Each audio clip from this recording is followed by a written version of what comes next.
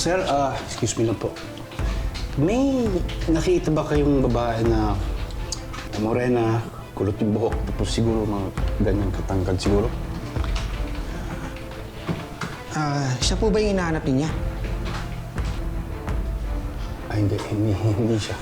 Sir, pasensya na, pero mukhang wala po yung hinahanap niyo rito eh. Madami kasi nga pala yung dinidescribe ninyo. Sige, salamat. Walang anuman, no.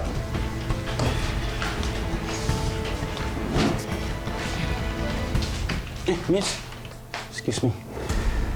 May hinahanap pa siyang babae. Bakit ka sa akin naghanap ng babae? Mukha ba akong bugaw? Arnel, yung bayad ko sa susunod na ha. Okay lang po. Makikilaan nga. Miss, hindi naman yung ibig ko sabihin.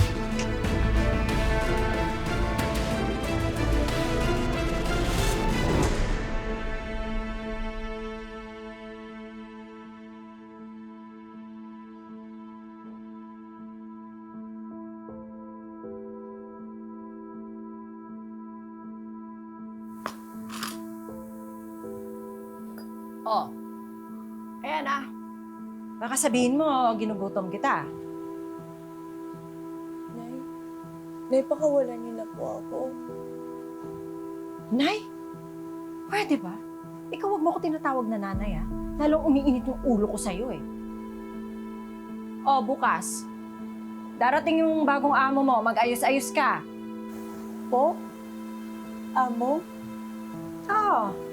Hinanapan kita ng bagong trabaho. Nay, ayoko po.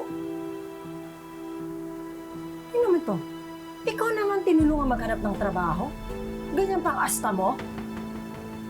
Nay, ano po bang ginawa ko sa inyo? Ano po bang kasalanan ko? Bakit niyo ako ginaganito? Kasalanan. Ang kasalanan mo, pinanganak ka pa sa mundong to.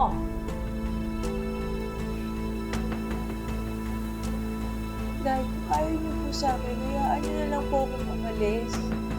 Alam ko pong pumunta dito si Ma'am Dayan para sa akin. Pero hindi niyo po ako inayaang makita siya. Oh, bakit? Akala mo ba nagpunta siya dito para sa'yo? Oy, hindi! Nag-abot lang siya ng pera para doon sa nagawa mong trabaho sa kanya. Tapos yun na yun, wala na siyang pakialam sa'yo. Hindi po totoo yan. Sabi po niya, naaalala niya yung anak niya sa akin. Aba, bakit? Ano mo akala mo? Kukup-kuping ka nung Dayan na yon?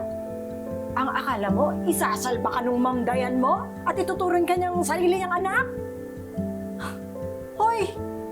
Tanga! Huwag kang asumera, ha? Wala na siyang pakialam sa'yo. Ikaw, naging maid ka lang niya at hanggang dun lang yon. Tapos na, wala na. Hindi ka niya gusto. Hindi ka niya mahal. Walang nagmamahal sa'yo.